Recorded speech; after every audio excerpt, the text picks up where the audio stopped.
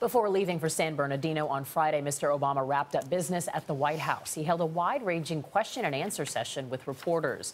The ISIS-inspired massacre in San Bernardino was a major topic amid fears about attacks by other such lone wolf terrorists.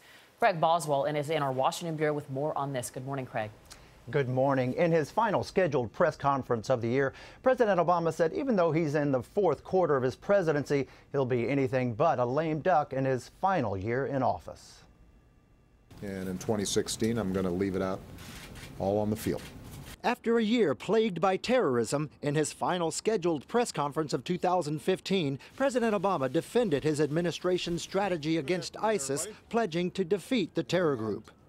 We're going to do so by systematically squeezing them, cutting off their supply lines, cutting off their financing, taking out their leadership, taking out their forces, taking out their infrastructure. But he admits the ISIS-inspired lone wolf attacks, including the killing of 14 people in San Bernardino this month, are tough to detect, and the administration is consulting with the tech community to figure out better ways to track suspected terrorists. We're going to have to recognize that no government is going to have the capacity to read every single person's text or emails or social media.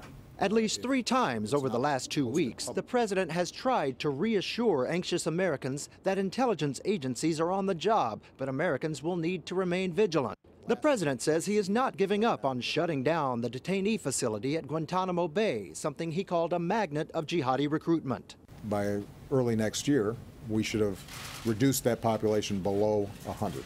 He also thanked Congress for putting partisanship aside and passing a $1 trillion spending bill to keep the government funded for much of 2016. We've gotten kind of used to last-minute crises and shutdown threats and so forth, and this is a messy process that doesn't satisfy everybody completely, but it's more typical of American democracy. After the news conference, the president signed the budget bill, and the president commuted the sentences of more than 90 nonviolent drug offenders. He also talked about criminal justice reform in the coming year. He'll spend the next 2 weeks in Hawaii relaxing as much as any president can. Anthony? Craig Boswell in Washington. Thanks, Craig.